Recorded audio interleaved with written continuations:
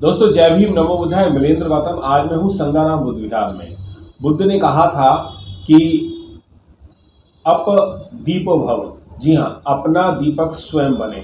और अपना दीपक स्वयं बनने के लिए कई सारे बौद्ध भिक्षु बुद्ध काल में 84,000 से भी ज्यादा बौद्ध भिक्षु बने थे।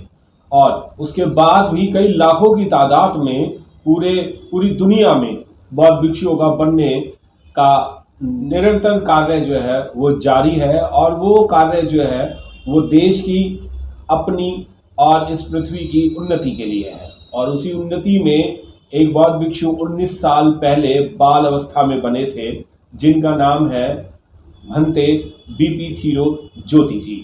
आज उनको 19 साल पूरे हो चुके हैं। आज उनसे उनके जीवन की कुछ बातें करते हैं।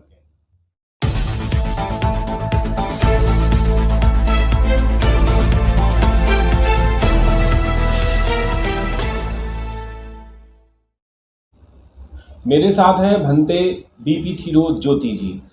भंते जी, बंदामी आपको और आपको 19 साल पूरे होने पर मेरी तरफ से बहुत बहुत मंगल कामनाएं। जी, बहुत बहुत साधुवाद। भंते जी, आप बाल अवस्था में बौद्ध भिक्षु बने थे, श्रामणेर बने थे पहले, फिर उसके बाद बौद्ध भिक्षु बने। ये क्या सीढ़ियां होती हैं कि आप लोग कैसे कैसे क्या क्या बनते हैं, और आपने बाल अवस्था में ही क्यों बौद्ध भिक्षु बनना स्वीकार किया? देखिए मिली जी, सबसे पहले तो मैं आपके टीवी चैनल का बहुत बहुत साधुवाद करना चाहूँगा। धन्यवाद। टॉप 85 का और टीवी चैनल का, साथ में प्रज्ञा दर्पण न्यूज का। जी। जहाँ तक सवाल है बाल अवस्था में, तो जो हमारे पिताजी के मामा जी थे, भदन दमथिरो महाथिरो जी, वो अलीगढ़ से रहने वाले थे और वो भी भिक्षु थे। हमने उन्हीं से प्रेरित होकर के चीवर मल्लब लेने की प्रेरणा हमको मिली। जी। और 2002 में हमने 21 सितंबर को 2002 में हमने चीवर लिया। और पहले इसको श्रामणेर कहा जाता है। हमने श्रामणेर के रूप में प्रवर्जा ग्रहण की थी। और उसके बाद में फिर हमारी उपसंपदा जो है 2008 में 10 फरवरी को कलकत्ती नरोरा में और कंचन बोधि भंते जी के द्वारा, और कम्मावाचा हमारे गुरु जो थे वो भदंत प्रज्ञालक्ष्मी जी हैं। तो पहले हमारे यहाँ तो यह परंपरा के अनुसार कि पहले उपासक बनिए, फिर अनागारिक बन सकते हैं।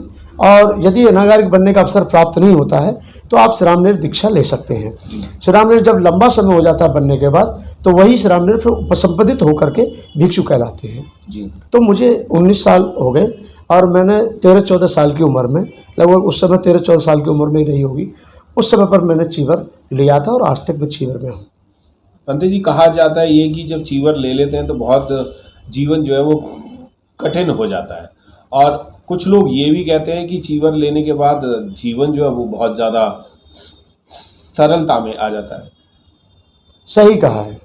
देखिए, जो व्यक्ति ये मानकर के चीवर धारण करता है कि कठिनाई है, तो उसको कठिनाई ही देखने को मिलती है।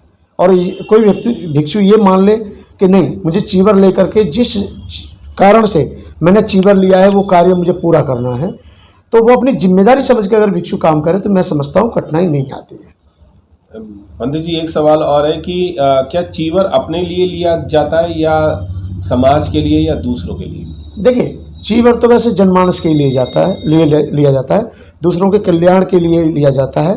और मेरा मानना ये भी है कि जो उपासक या भिक्षु या श्रामणेर पहले अपने आप को प्रफुल्लित करे, फिर दूसरे को करता है तो और अच्छी बात है।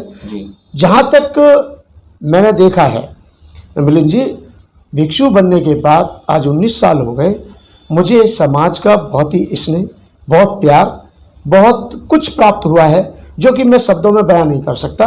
मैं उनके प्रति बहुत ही मंगल मित्री रख सकता हूँ, क्योंकि वो सभी मेरे ज़्यादा से ज़्यादा कल्याण मित्र हैं, धम्म मित्र हैं, उपासक हैं और बुद्ध के अनुयायी हैं। तो मेरा यही मैंने देखा अभी तक कि मुझे किसी भी प्रकार की ज़्यादा समस्या नहीं आई। जी।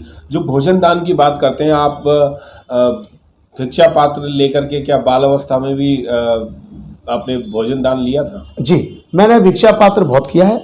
मैंने अपने जो संगाराम बुद्ध विहार का पीछे का क्षेत्र है, इसमें भी मैंने भिक्षा पात्र किया है। और जहाँ मैंने चीवर लिया था ट्रोनिका सिटी में जो बुद्ध विहार स्थित है, महानाम बुद्ध विहार के नाम से, जी। उसमें जब मैंने चीवर लिया था तो उसके आसपास के जितने भी एरिया गांव थे उनमें मैंने चीवर लेने के बाद मैंने भिक्षा पात्र किया।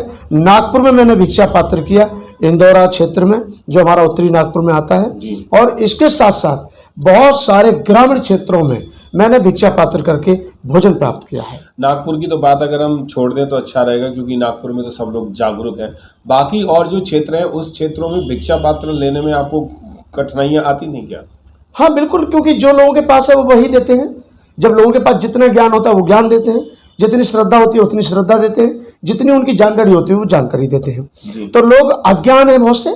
जब हम मुस्लिम एरियाओं में जाएंगे तो वो पहली बार देखेंगे कि ये कैसे साधु हैं, ना चावल ले रहे हैं, ना पैसे ले रहे हैं, ना पैसे मांग रहे हैं। ये भिक्षा पात्र में सिर्फ, वो भी भिक्षा पात्र हाथ में लिए शांत भाव से खड़े हुए हैं, और ये कोई मुंह से भी नहीं बोल रहे हैं, मौन रह के खड़े हुए हैं। ये आखिर चाहते क्या है? तो फिर कोई पूछता है कि महाराज आप पैसे लेंगे, क्या लेंगे? तो जब वो भिक्षु मना कर देते हैं तो उनको जब कहा जाता है कि हम बना हुआ भोजन दान लेते हैं, तो देने वालों को बड़ी खुशी होती है कि ये तो वो मांग रहे हैं जो सही मायने में बिल्कुल इसमें पारदर्शिता की कोई कमी रह ही नहीं जाती है। क्योंकि पैसे पे लोग अंकुश उठा सकते हैं कि पैसे क्यों मांग रहे हैं भिक्षा पात्र लेकर के, वो तो बना हुआ भोजन ले रहे हैं। और भिक्षु को 5 घर जाना होता है और 3 पैर से ज़्यादा देख नहीं सकते हैं, और पैरों में चप्पल नहीं होनी चाहिए उस टाइम पर।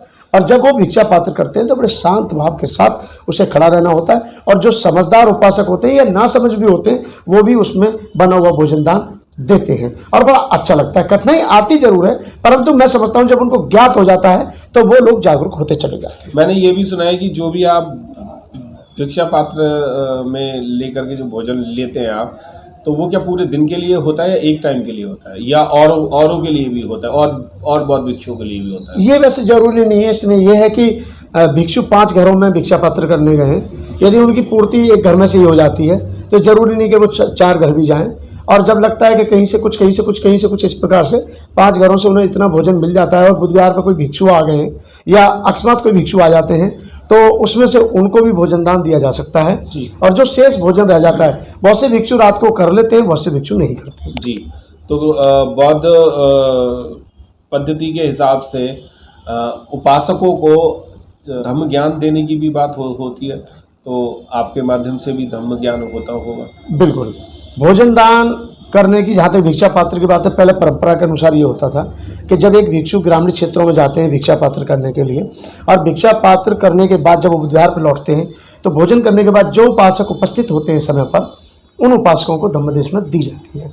और अब भिक्षा पात्र थोड़ा कम हो गया है क्योंकि दोनों तरफ से हुआ है। उपासक कहते हैं नहीं बनते जी, अब भिक्षा करने की जरूरत नहीं है क्योंकि अब हमारे उपासक संपन्न हो चुके हैं। पहले हजारों साल पहले की स्थिति और थी, आज की परिस्थिति दूसरी है। दूसरा मेरा मानना है कि हम परंपरा को जीवित रखने के लिए हमें भिक्षा पात्र करना ही चाहिए। हम पूरे महीना भले ही ना करें, लेकिन महीने में कम से कम 5 दिन भिक्षा पात्र करना ही चाहिए, जिससे कि समाज में एक अवेयरनेस पैदा होती चली जाती है। बिल्कुल। मैं एक चीज़ और जानना चाहूँगा कि आपके 19 साल के कार्यकाल में, 19 साल के इस जीवन में, चीवर जो आपने लिया, बाद भिक्षु बने, इसमें कठिनाइयाँ आपको क्या क्या है? देखिए, मैंने आपको पहले ही बताया मिलिंद जी कि सही मन से, निष्ठापूर्वक यदि बौद्ध भिक्षु कार्य करता है ईमानदारी से, और पारदर्शिता उसके पास होनी चाहिए, ईमानदारी पास होनी चाहिए, कुशल व्यवहार उसका साथ देना होना चाहिए, तो मुझे ऐसा अभी तक लग नहीं रहा है कि मुझे कोई कठिनाई आई है। हाँ, परिस्थितियां बदलती हैं, कुछ लोग जलन रखते हैं, कुछ ईर्ष्या रखते हैं, कुछ राग द्वेष रखते हैं, कुछ ये सोचते हैं कि छोटी सी उम्र में इतना बढ़ गया। मैं इन चीज़ों को नहीं मानता हूँ। मेरा मानना है जो मेरे से वरिष्ठ भिक्षु हैं मैं उनको वंदन अभिनंदन करता हूँ, जो मेरे से जो चीवर में छोटे भिक्षु हैं मैं उनके प्रति भी स्नेह और प्यार रखता हूँ, और जो मेरे उपासक लोग हैं मैं उनके लिए सदैव मंगल मैत्री ही करता हूँ, क्योंकि उपासक जिस स्थिति में भी है वो भिक्षु का साथ ही देता है, चाहे वो किसी भी रूप में साथ क्यों ना दे। जी।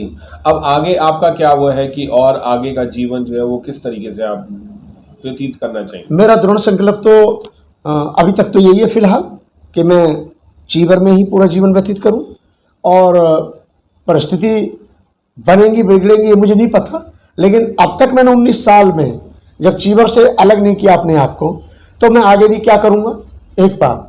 दूसरा, मेरा जो पीड़ा है 2-3 चीज़ें हैं। मेरी पीड़ा वो नहीं है जो आप कहना चाह रहे हैं कि जैसे उपासक लोगों के द्वारा या भिक्षुओं के द्वारा या समाज के द्वारा कोई कठिनाई आई। मैं फिर कह रहा हूं आपको पुनः कि समाज की तरफ से, भिक्षुओं की तरफ से जो समझदार बुद्धिजीवी लोग हैं, सही मायने में हर प्रकार के लोग हैं, सभी प्रकार का मुझे इसने मिला है। लेकिन मेरा जो प्रथम कर्तव्य था और जो मैंने देखा, महसूस किया, भिक्षुओं के बीच में गया, उपासकों के बीच में गया, एक बौद्ध भिक्षुओं का प्रशिक्षण केंद्र, जैसे लामाओं में गुरुकुल है, जैसे थाईलैंड के बौद्ध भिक्षुओं में हजारों भिक्षु हैं, एक एक मोनेस्ट्री में रह करके पढ़ाई करते हैं, दीक्षा लेते हैं, शिक्षा लेते हैं।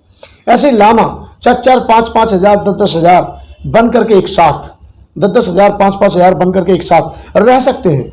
मैं वो चीज़ ये नहीं देख पा रहा हूँ कि हमारे भारत में, खास तौर पे उत्तरी भारत में या दक्षिण भारत में जो हमारे बौद्ध विहार हैं, या बाबा साहब डॉक्टर अम्बेडकर के बाद जो बौद्ध भिक्षु बने हैं या उपासक बने हैं, उनमें आपसी तालमेल नहीं है। जबकि अरुणाचल के उपासक और अरुणाचल के बौद्ध भिक्षु मिलकर रहते हैं। बरुआ समाज जो यानी कि आसाम के लोग हैं, पश्चिम बंगाल के लोग हैं, जो भिक्षु बनते हैं और उपासक भी हैं, वो भी जो है आपस में बड़े मिलजुल के रहते हैं। थाईलैंड के उपासक, थाईलैंड के भिक्षु बड़े मिलजुल के रहते हैं। तो कारण क्या है? कारण ये कि या तो अभी तक यहाँ जो परिपक्वता आनी चाहिए थी वो नहीं आ पाई। दूसरी बात है कि जब हमारा ट्रेनिंग सेंटर ही नहीं है तो हमारा युवा भिक्षु कहाँ से कुछ सीखेगा।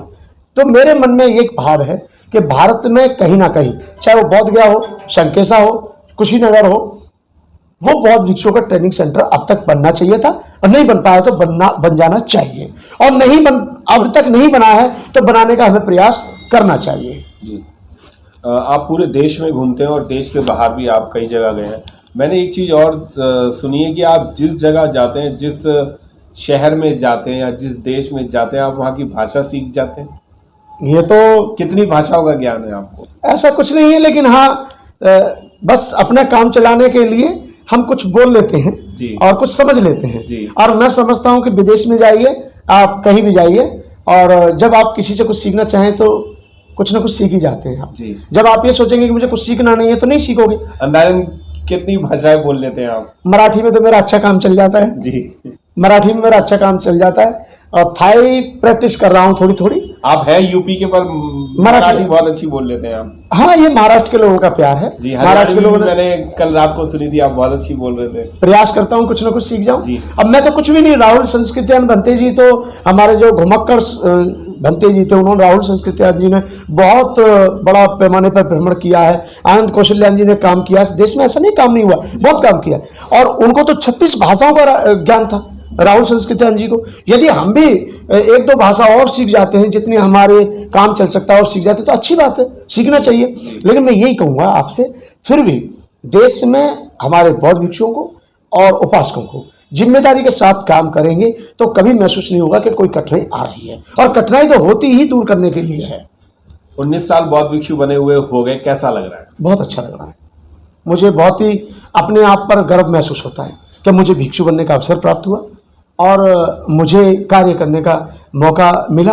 और मेरे उपासक लोगों ने, सभी समुदाय के लोग भी हैं, और मैं ये कहूँगा सभी तबके के लोग हैं, मतलब संपन्न, सक्षम और निर्धन, सभी प्रकार के लोग। मेरा सभी के लिए बहुत स्नेह और प्यार रहता है, और मैं सभी के बीच में जाता हूँ, और खास तौर पर झोंपड़ी झुग्गी और ग्रामीण क्षेत्रों में मेरा ज़्यादा काम रहा है। लेकिन लोगों का मानना यह है वैसे कि भंते थीरो ज्योति कुछ सक्षम लोगों में जाते हैं, ऐसा नहीं है। देखिए, सक्षम लोगों के बीच में जाने का मतलब है कि उन लोगों से सहयोग लेना है, सहयोग देना है, एक दूसरे के काम, एक दूसरे और एक दूसरे की मदद होती है, मदद भी और ये कहा जाए कि पढ़े लिखे अधिकारियों ने धोखा दिया, वो जब कोई परिस्थिति रही होगी, जब बाबा साहब अम्बेडकर ने कहा था। लेकिन आज के समय में मैं ये कह सकता हूँ कि हमारे पढ़े लिखे लोग, बुद्धिजीवी लोग समाज का पूर्ण रूप से साथ दे रहे हैं। जी, देश के युवाओं के लिए और बुद्धिजीवी लोगों के लिए, बुद्धिस्ट लोगों के लिए कुछ कहना चाहेंगे आप?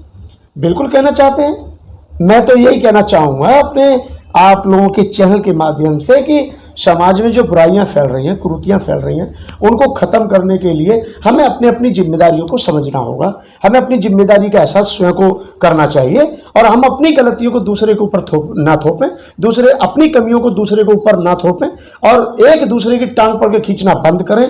संगठन आप एक नहीं 1000 बनाइए, लेकिन संगठनों का उद्देश्य होना चाहिए कि हमारे समाज में किसी भी प्रकार की कोई भ्रांति या कुरीति नहीं फैलनी चाहिए और ना ही किसी बुराई को जन्म मिलना चाहिए। मैं यही कहना चाहूँगा युवा साथियों से और बौद्ध भिक्षुओं से विनम्र निवेदन है, जो युवा हैं, बड़े बूढ़े बुजुर्ग, उनसे मेरी कोई शिकायत नहीं है, लेकिन युवा भिक्षुओं से मेरा कहना है कि वो ज़्यादा से ज़्यादा भ्रमण करें और भ्रमण करने से बहुत कुछ प्राप्त होता है। और मुझे आज भी महसूस हो रहा है कि 19 साल कब आए और कब चले गए, मुझे खुद को पता नहीं चला है। मुझे इतना प्रेम, मुझे इतना स्नेह, मुझे इतना प्यार, भाईचारा इतना मिला है, सहयोग मिला है। मैंने बड़े से कार्यक्रम लेकर, छोटे से लेकर बड़े तक कार्यक्रम किए हैं। मेरे उपासक लोगों ने जो भी, मैंने जब भी उनके सामने कोई बात रखी, उन्होंने उन बातों का समर्थन किया और प्रेम पूर्वक जितना उनसे बना साथ दिया, सहयोग किया। जी, बहुत बहुत धन्यवाद भंते जी। हमारे साथ थे भंते बीपी थिरो ज्योति जी, जिन्होंने अपने 19 साल पूरे आज कर लिए हैं और उन्होंने अपना 19 साल का कार्यकाल बताया कि किस तरीके से उन्होंने जीवन काटा और कितने लोगों से मिले और कितने कितने देशों में गए, कितने शहरों में गए और कितनी भाषाएं बोली, और बुद्ध का ज्ञान भी वो पूरी तरीके से ले रहे हैं। अभी बुद्ध का ज्ञान तो बहुत बड़ा है और हम सभी उस ज्ञान को सीखने की और उस मार्ग पे चलने की कोशिश कर रहे हैं। भंते जी को पुनः 19 साल पूरे होने पर आप सभी को जय भीम, नमो।